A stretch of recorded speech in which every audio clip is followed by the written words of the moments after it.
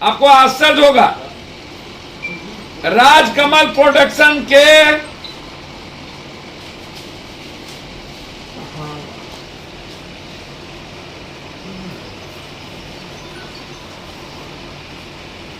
वेद प्रकाश जी हैं, उनसे देखिए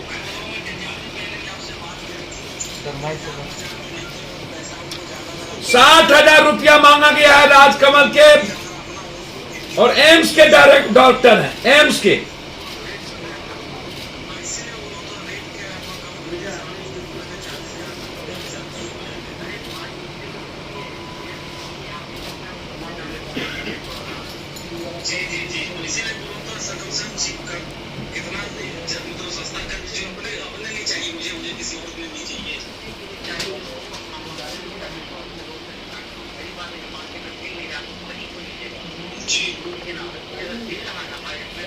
ये पीएमसीएच के डॉक्टर हैं।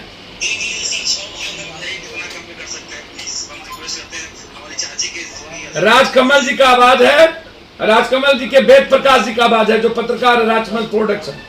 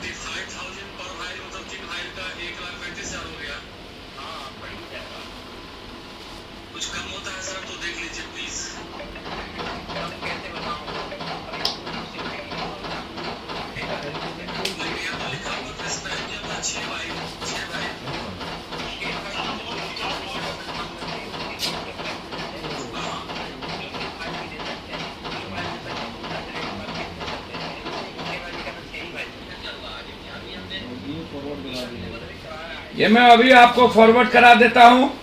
अब डॉक्टर कह रहे हैं 6 लिखे हैं तो जरूरी नहीं है 6 लगेगा, आपको 3 भी लगेगा। ये पीएमसीएच के डॉक्टर है, नाम आपको वीडियो भेज देते हैं, आप खुद सुन लीजिएगा।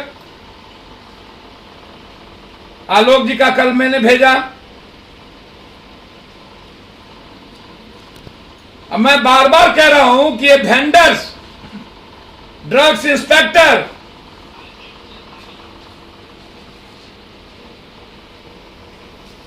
और स्वास्थ्य विभाग और प्राइवेट नर्सिंग होम की मिली भगत,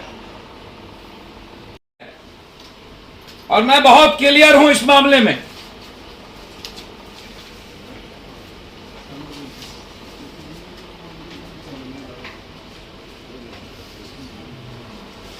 आप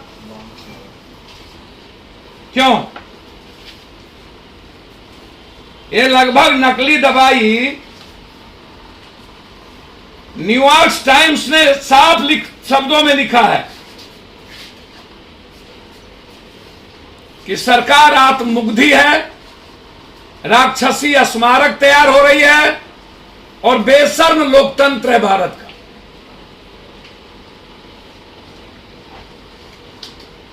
सरकार तब 3 महीने डॉक्टर्स की बात कर रही है, उसके बाद इसको मार देगा सारे डॉक्टर्स को। सीनियर रेसिडेंस की बहाली नहीं हुई, एक भी नहीं। 3 महीनों के लिए बहाली क्यों? और जब लोग मर रहे हैं तब क्यों? बहुत क्लियर है। एसआर की सबसे बड़ी कमी है। मधेपुरा मेडिकल कॉलेज अस्पताल में 680 पदों में से 482 पद खाली है। सीनियर रेजिडेंस की बहाली विगत 2 वर्षों से नहीं की गई। अंतिम बहाली 2019 में हुआ था। हमारे साथ सीनियर रेजिडेंस डॉक्टर बैठे हुए। बच्चा स्त्री एवं सर्जरी में बहाली विगत 3 वर्षों से नहीं हुई है। अंतिम नियुक्ति 2018 में हुई थी। अब सरकार हमें यह बताए कि अंतिम में आप बहाली की 3 महीने की बात कर रहे हैं अपने गलती को छुपाने के लिए। फेस सेविंग आप करेंगे। आप यदि जल्दीबाजी में पैसे के बदौलत ऑक्सीजन जो नहीं है आपके पास, आईसीयू, तो डॉक्टर्स कहां से लाएंगे, कर्मचारी कहां से लाएंगे? मेरा यहां सवाल है सीधा। 1000 एमबीबीएस डॉक्टर की अस्थायी बहाली का प्रस्ताव देकर सिर्फ डैमेज कंट्रोल 3 महीने में आप हटाने की बात, आप अस्थायी डॉक्टर्स की बहाली करिए। रेगुलर नियुक्ति, सीनियर रेजिडेंस एसआर की रेगुलर नियुक्ति को आप, और मेडिकल कॉलेज में रेगुलर को बढ़ाइए। आपको आश्चर्य होगा जनाब, मुझे तो ये न्यूयॉर्क टाइम्स में छपे हुए हैं। स्वास्थ्य मंत्री ने कहा था महामारी खत्म 22 फरवरी को, अमरावती में 22 फरवरी को, 1 मार्च नहीं उसके पहले 22 फरवरी को अमरावती में तालाबंदी किया गया था बॉम्बे में। और उसके स्वास्थ्य मंत्री उसके बाद बोला कि भारत में अब कोई कोरोना नहीं बचा, फिनिश्ड, हर्षवर्धन जी ने। और हर्षवर्धन जी से मैं जानना चाहता हूं, उन्होंने कहा था कोरोनिल दवाई लीजिए, कोई कोरोना नहीं होगा। कोरोनिल, ये न्यूयॉर्क टाइम्स लिख रहा है कि कोरोनिल दवाई लीजिए। बहुत इंपॉर्टेंट, जब राजस्थान की सरकार एक एक लोगों को दवाई पहुंचा सकती है फ्री, तो फिर बिहार सरकार क्यों नहीं? हर घर तक, बहुत क्लियर। जब आंध्रा की सरकार प्राइवेट अस्पताल में भी फ्री कर दिया कोरोना की बीमारी का इलाज, तो फिर बिहार सरकार क्यों नहीं? कोरोना की बीमारी का इलाज बिहार सरकार अपने पैसे से करे, प्राइवेट नर्सिंग होम को पैसा सरकार दे और फ्री करे, और हर प्राइवेट नर्सिंग होम पर सरकार अपने लोगों को बैठाए। किसको कितना दिन रखना है, जबरदस्ती 10 दिन 20 दिन रखते हैं और पैसा लूटते हैं ये लोग। और 10-10 रेमडेसिविर दवाई, ईश्वर दयाल और राजेश्वरी को इतना क्यों? ये बहुत क्लियर है। मेरा कंप्लीट डिमांड है इसमें।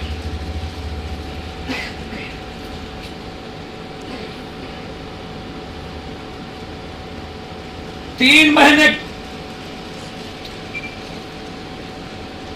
बॉम्बे की सरकार ने सभी प्राइवेट जितने होटल हैं उसको कोरोना अस्पताल बना दिया।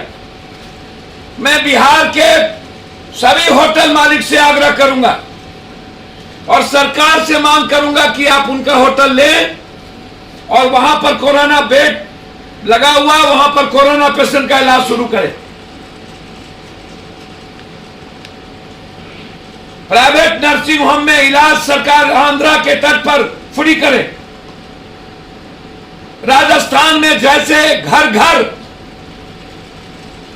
दवाई पहुंचाई गई है फ्री, उसके तट पर सरकार करे। और सबसे महत्वपूर्ण, राजस्थान सरकार कोरोना काल में हर आम लोगों की 5 लाख तक की स्वास्थ्य बीमा करा सकती है, तो बिहार क्यों नहीं? बीमा 5 लाख की उन्होंने कर दी, सबकी कोरोना बीमा।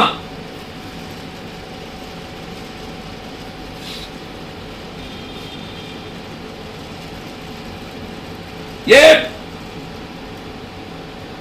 शासन इच्छा शक्ति से चलता है नीतीश बाबू, संसाधन से नहीं। संसाधन रहे लेकिन सोच और संवेदना न रहे तो वह शासक क्रूर हो जाता है, बना लिया जाता है। आधार कार्ड पर ये लोग उठाते हैं। इनके यहाँ कितना चाहिए, जो कोविड पेशेंट है किनको चाहिए और किनको नहीं चाहिए, ये कौन तय करता है? उसी का हॉस्पिटल मालिक वही। जब मालिक वही हैं तो अब हमको आप बताइए, आप लोगों का हो गया ना भैया? मेडिवर्सल एक अस्पताल है जिसको 78, पाटलिपुत्र मल्टी 33, दम्मा एम्स के पास 20, सनराइज राबीज नगर 30, ईश्वर दयाल 3 दिनों में 250, सैमफोर्ड विनायक बाईपास 58, पुष्पांजलि 35, फोर्ड 100, राजेश्वरी हॉस्पिटल 150 और कुर्जी को 9 और एनटीपीसी को 12। अब ये बताइए 12 जिसको 150-200 मिलना चाहिए, क्या कारण है कि ईश्वर दयाल को, राजेश्वरी को, फोर्ड को, पुष्पांजलि को 100 रेमडेसिविर मिल रहा है? क्या कारण? रेमडेसिविर पड़ रहा है कि नहीं, और 10 दिनों तक पेशेंट को क्यों रखा जा रहा है? यदि वो सीरियस है 10 दिनों में 10 लाख रुपया, 10 दिनों में 25 लाख रुपया, 30 लाख रुपया, 22 लाख रुपया, ये क्यों? बहुत क्लियर है, इसको समझने का प्रयास कीजिए। मैं सरकार से मांग करता हूं कि किस आधार पर आपके पदाधिकारियों ने रेमडेसिविर को बांटा है, इसमें कितनी मिलीभगत है? आपने दुकान पर जो मजिस्ट्रेट बैठाया है, उन लोगों की कितनी मिलीभगत है? जो वेंडर्स हैं उन पर एफआईआर लॉन्च क्यों नहीं होता है?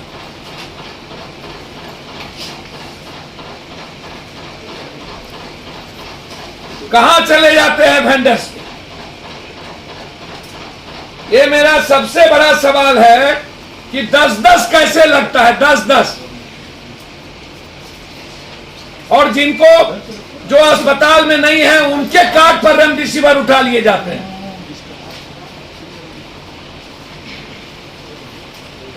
और उसके बाद कालाबाजारी अस्पतालों में पकड़ाया जा रहा है। आपको आश्चर्य होगा।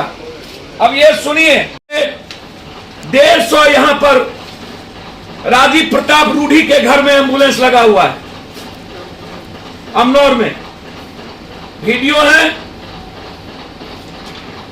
एक एक एम्बुलेंस से पैसे वसूले जाते हैं, और राजीव प्रताप रूढ़ी जी के घर में 150 एम्बुलेंस। क्यों? ये एम्बुलेंस आम आदमी के काम क्यों नहीं आ रही है? 150 एम्बुलेंस राजीव प्रताप रूढ़ी जी के घर में क्यों नहीं? क्यों? जब्त करें। और तीसरा जो अंतिम है, मेरे सीतारमन फिनांस मिनिस्टर का ये ऑर्डर है कि किसी भी कीमत पर कर्मचारी और किसी भी पदाधिकारी का ट्रांसफर नहीं होगा। ये ऑर्डर निकाले थी वो, ये ऑर्डर थे उनके। तो पप्पू यादव जन अधिकार पार्टी जानना चाहती है कि खुद ऑर्डर निकाली, और खुद ऑर्डर निकालने के बाद कोरोना टाइम में बैंक कर्मचारी और बैंक कर्मी का ट्रांसफर, ये भयानक आम आदमी के साथ खिलवाड़ है कि नहीं? सुप्रीम कोर्ट नोटिस ले और फिनांस मिनिस्टर पे हर घर तक जो बैंक कर्मी कॉमन लोगों से मिलते हैं और उसका ट्रांसफर अभी कोरोना में होगा, तो ये मानव चयन कैसा? इन पर, सीतारमैयन पर, फिनांस मिनिस्टर पर कोरोना फैलाने का केस दर्ज हो,